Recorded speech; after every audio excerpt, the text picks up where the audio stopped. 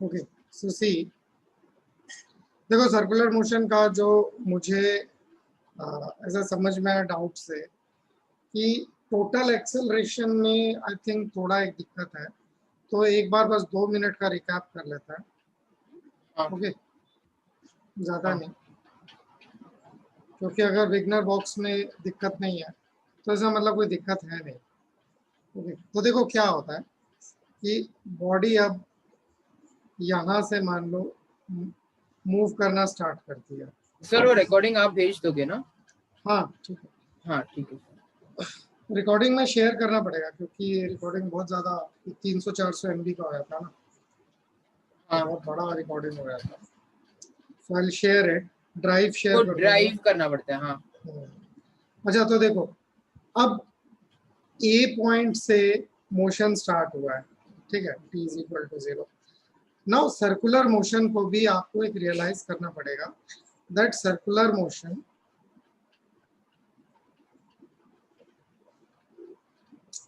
is a translatory motion only। Hmm, ये एक translatory motion ही है। ओके मतलब ये रोटेशनल मोशन नहीं है। हाँ ठीक है, it's not a rotational motion, क्योंकि रोटेशनल मोशन में क्या होता है, जैसे फैन मूव कर रहा है तो उसका हर एक पार्टिकल सर्कुलर मोशन में है। हाँ ओके तो आप किसी या तो सिर्फ सेंटर ऑफ मास को पकड़ो या किसी एक पर्टिकुलर पॉइंट को पकड़ो और ओवरऑल बॉडी को देखो तो हर कोई डिफरेंट सर्कल में मूव कर रहा है, but circular motion in essence is only a translatory motion. But होता क्या है कि इसमें वेलोसिटी एक्सेलरेशन हर पॉइंट पे चेंज हो रही है, that's why we use the angular variables, so it's convenient.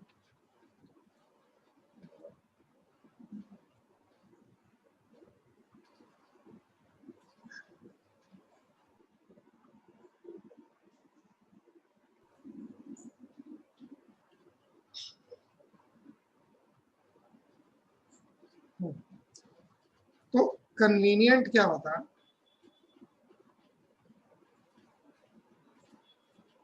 Convenient होता है use angular variables, but this is just a convenient. Okay ये सिर्फ एक कन्वीनियंस है, use angular variables that is theta omega and alpha, क्योंकि theta को भी आप एक सेंस ऑफ रोटेशन दे सकते हो। अगर बॉडी ऐसे मूव कर रही है so theta vector would be theta into के कैप, ठीक है ऐसे। हाँ ओमेगा और थीटा का भी एक ही डायरेक्शन होता है, लेकिन जो अल्फा होता है इसका ऑपोजिट हो सकता है, क्योंकि रिटार्डेशन और एक्सेलरेशन हो जाता है। हाँ ये करने से फायदा क्या होता है, हम सर्कुलर काइनेमेटिक्स लिख सकते हैं, omega is equal to omega not हाँ हाँ अल्फा टी, ठीक है वो लिख सकते हैं, वो एक फायदा है। ठीक है लेकिन but if speeds are concerned, if only speed and tangential acceleration are concerned,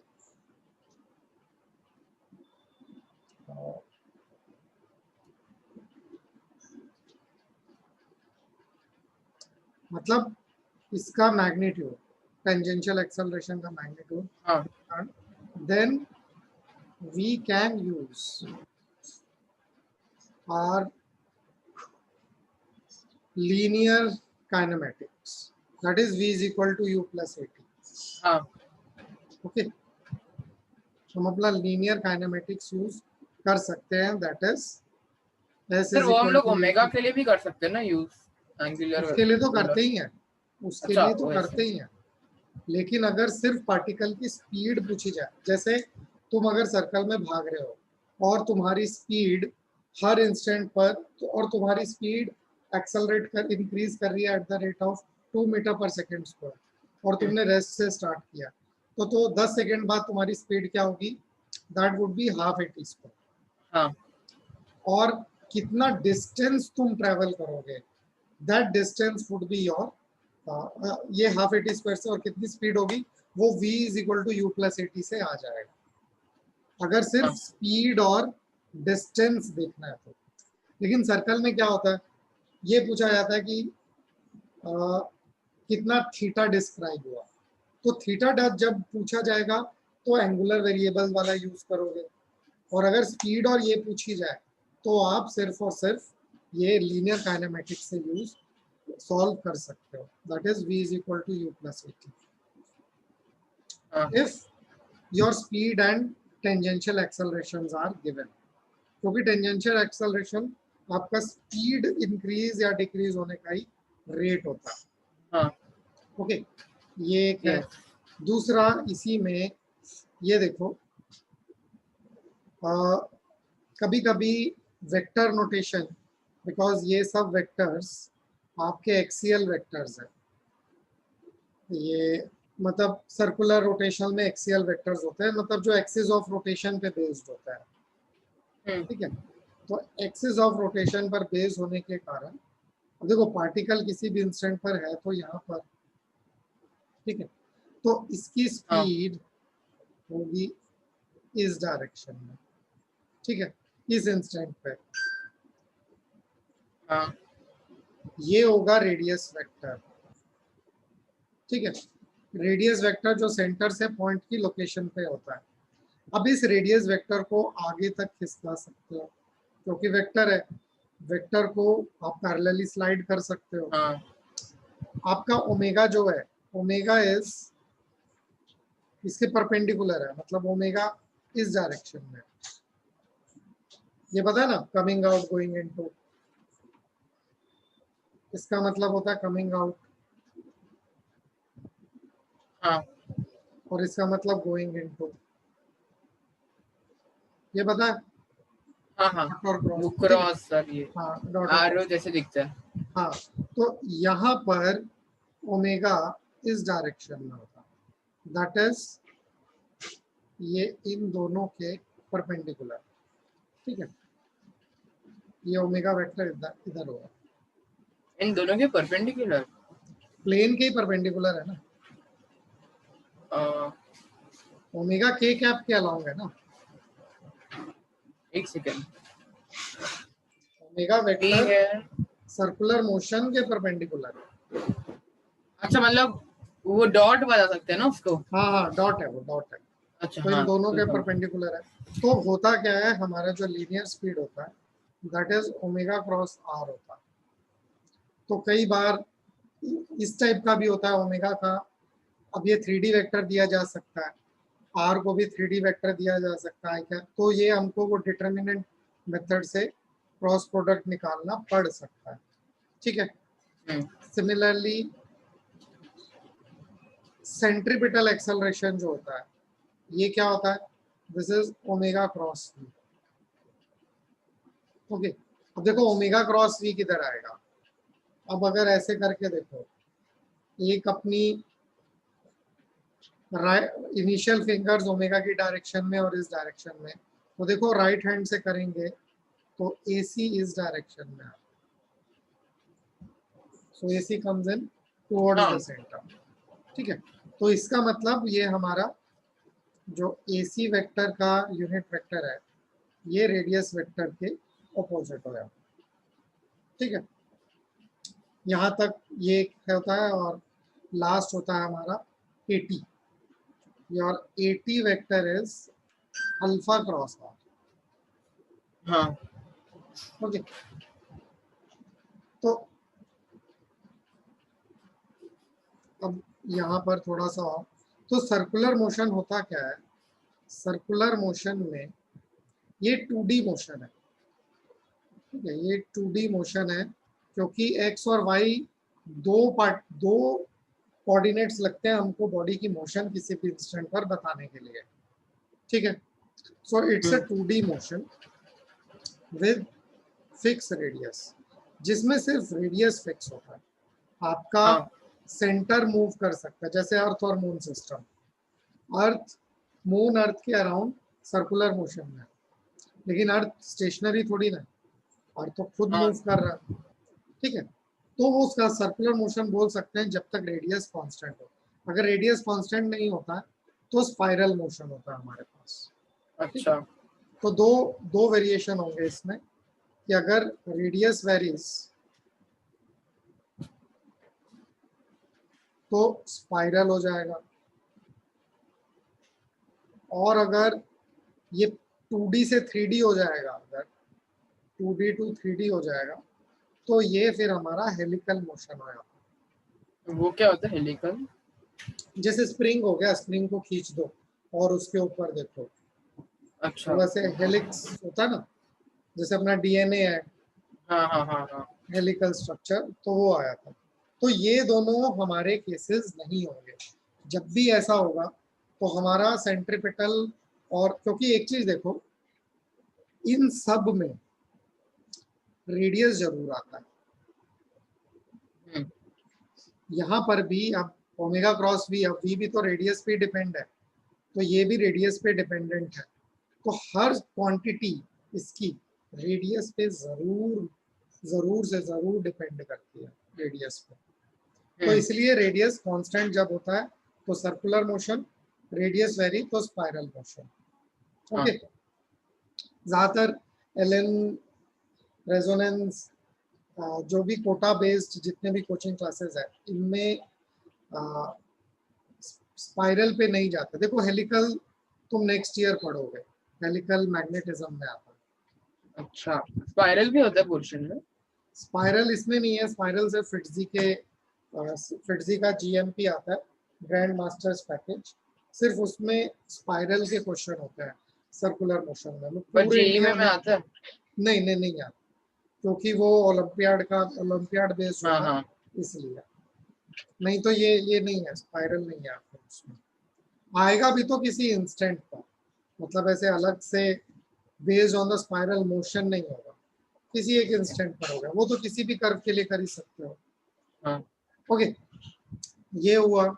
अब देखो बस एक क्यूरियस केस ये लास्ट वाला, कि अगर 80 जीरो नहीं है, ठीक, अब देखो इसी में 80 को भी घुसा देते हैं।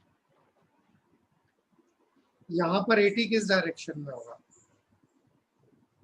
80 would be in backward direction, tangential. हाँ वही। या तो रिटार्डिंग होगा 80, हाँ, या फिर एक्सेलरेटिंग 80 होगा। अगर 80 जीरो होगा तो फिर यूनिफॉर्म सर्कुलर मोशन। हाँ, तो यूनिफॉर्म सर्कुलर मोशन।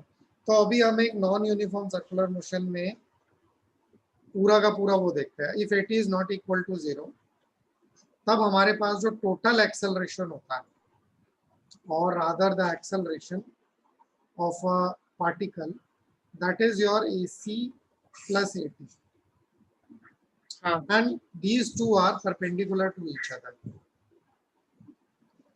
ठीक है, परपेंडिकुलर हाँ, 10, तो इसके लिए root of AC square plus AD square. 10 they are like a instantaneous coordinate system, कि अगर एक एक्स एक्सिस में तो दूसरा वाई एक्सिस में होगा। हाँ कार्टेशियन कोऑर्डिनेट होगा, ठीक है, कि एक्स और वाई परपेंडिकुलर है, कोऑर्डिनेट एक्सिस। ओके, तो ये तुमको पता है कि इसका मैग्नीट्यूड किस वे में होता है। बट इसका एक बार सर्कल में देख लेते हैं कि इफेक्ट क्या आता है। तुम्हारे कई क्वेश्चंस में ना उसी से क्लियर हो जाएगा, ठीक है। सो लुक, अब बॉडी मान लो यहाँ पर है t इज इक्वल टू 0 पर, ठीक है। अब रेस्ट से स्टार्ट किया तो u इज 0, u 0 तो ओमेगा 0। ओके, लेकिन 80 नॉन जीरो है, सिर्फ 80 है। तो किसी इंस्टेंट पर, यहाँ पर a था, किसी इंस्टेंट p पर, टाइम t पर जो आया, देखो टाइम t पर क्या होगा।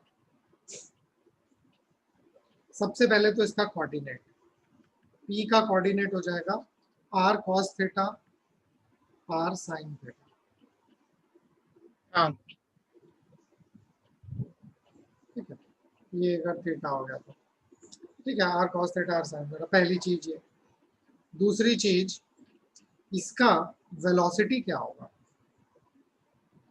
अगर देखो 80 नॉन जीरो है ना, तो ये simply u plus this into T हो जाएगा, दैट इज हाँ इतना, that is its speed. Okay, हाँ अब हाँ बस एक बार स्पीड आ गई, अब सब कुछ निकाल सकते हो, ओमेगा निकाल सकते हो v बाय आर, एसी हाँ निकाल सकते हो v square by are.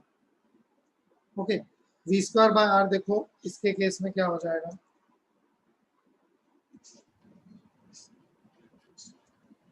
v square by r देखो ये टी स्क्वायर का फंक्शन आ गया, T square by R T square. ठीक है, तो देखो हाँ एसी और टी के बीच में ग्राफ क्या होगा, पैराबोलिक हो जाएगा। हाँ ठीक है, तो ये सारी चीजें आप कर सकते हो। ओमेगा, ओमेगा क्या होता है, omega is your alpha r is omega t, alpha r is 80, तो ए हो गया 80 बाय आर हो गया। ठीक है, हाँ हाँ तो एट अगर is equal to r alpha. हाँ आर अल्फा होता है, नहीं अल्फा आर याद रखो क्योंकि अल्फा क्रॉस आर होता है। ठीक है, क्या? ये इसको याद रखो 80 को अल्फा आर, क्यों, हाँ वही मतलब वही। नहीं नहीं नहीं नहीं नहीं, क्योंकि ये अल्फा क्रॉस आर होता है, आर क्रॉस अल्फा नहीं होता। ओके, ठीक है, वी को आर ओमेगा मत बोलो, ओमेगा आर बोलो, हम लोगों को क्योंकि तो यही वेक्टर, लिखा था, आर ओमेगा दिया था और अल्फा आर दिया था, मतलब आर अल्फा दिया था। हाँ तो लेकिन आर अल्फा दिया, लेकिन वेक्टर फॉर्म ये है, वेक्टर हाँ फॉर्म हाँ इनका अल्फा क्रॉस आ रहा है, ओमेगा क्रॉस आ रहा है। ओके, तो अब क्या होगा देखो, धीरे धीरे आपका किसी भी इंस्टेंट पर देखो, अब हम सेंट्रीपिटल चलो पर्पल से करते हैं, यहाँ सेंट्रीपिटल इतना सा होगा, यहाँ पर सेंट्रीपिटल 0 था, मान लो एसी सेंट्रीपिटल। ठीक है, सेंट्रीपिटल ये हुआ आपका, यहाँ पर सेंट्रीपिटल क्या होगा, ये वैल्यू बढ़ जाएगी, तो टाइम के साथ एसी बढ़ता जा रहा है, टाइम के साथ एसी बढ़ता जा रहा है, क्योंकि हाँ देखो एसी क्या है, टी स्क्वायर के प्रोपोर्शनल है ना। हाँ हाँ ठीक है, यहाँ पर ये होगा हमेशा सेंटर की तरफ, और इसकी वैल्यू बढ़ती जा रही है, कभी ये मतलब क्योंकि वेक्टर में उसका लेंथ ही मैग्नीट्यूड डिफाइन करता है, इसलिए कभी जाके इसका लेंथ अब बढ़ता चला जाएगा। हाँ ठीक है, इसका लेंथ बढ़ता चला जाएगा। अभी 80 हमने कांस्टेंट माना, ठीक है, हेयर 80 को हमने ट्रीट किया है कांस्टेंट, ये भी वेरी कर सकता है, वो बाद में देखता है। अगर 80 कांस्टेंट है तो 80 को चलो ब्लैक से लेते हैं, 80 कांस्टेंट है, तो यहाँ पर 80 का वेक्टर जो यहाँ था हमेशा इक्वल वेक्टर रहेगा। हम्म ठीक है, और हाँ ये जो टोटल एक्सेलरेशन है, तो ग्रीन से करते हैं, total acceleration is your sorry,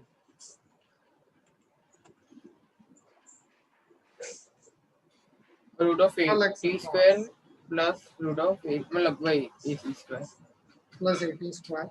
तो देखो ये भी थोड़ा सा कॉम्प्लिकेटेड क्या है कि एक constant 80 is constant a c t square है, तो ये लगभग एक a plus b t square का स्क्वायर रूट जैसा हो गया, तो ये ना तो क्वाड्रेटिक है ना ये स्क्वायर रूट है। तो इसमें वो ए प्लस बी टी स्क्वायर में ए मतलब 80 है ना, क्योंकि वो कांस्टेंट हाँ है। हाँ हाँ हाँ हाँ हाँ, ये कांस्टेंट है। हाँ चलो ये आई थिंक थोड़ा कंफ्यूजिंग ना हो जाए,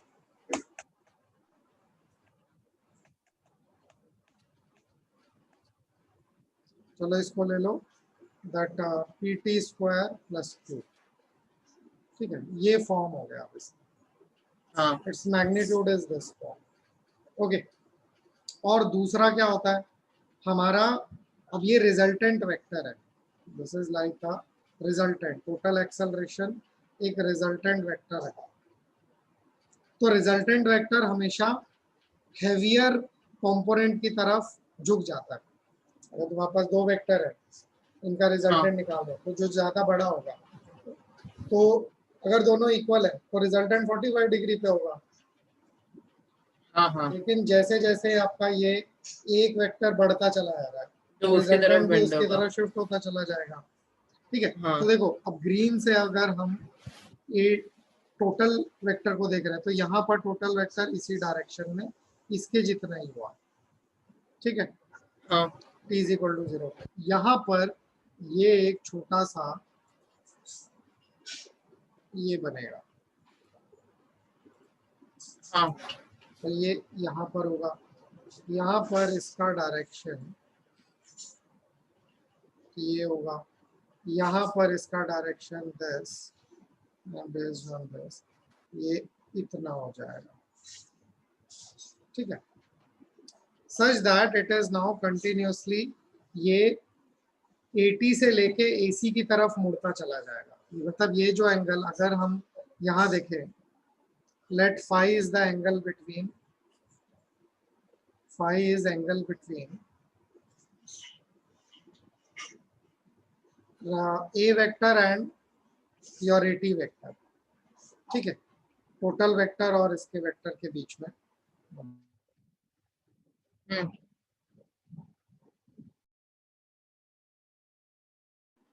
ओके, सो ये हाँ AC और AT के बीच में एंगल है। तो यहाँ पर देखो t इज इक्वल टू 0 पर फाई कितना है, 0। हाँ t इज इक्वल टू 0 पर, अब ये ब्लैक और ग्रीन वेक्टर के बीच में हमको देखना है। ब्लैक और ग्रीन वेक्टर के बीच में t इज इक्वल टू 0 पर फाई कितना हुआ, 0 डिग्री। हाँ ठीक है, यहाँ पर ये एंगल अब थोड़ा सा बढ़ गया, फाई, ये एंगल अब बढ़ता चला है क्योंकि ये सेंट्रीपिटल और इसकी तरफ इंक्रीज होता चला है। हाँ, क्योंकि AC इंक्रीज हो रहा है विद टाइम। हाँ, क्योंकि AC इंक्रीज हो रहा है विद टाइम। तो देखो फाई का वेरिएशन भी निकाला जा सकता है क्योंकि हमको पता है कि अब अगर किसी भी इंस्टेंट पर ये AT है, ये AC है, ठीक है, हाँ ये वेक्टर है।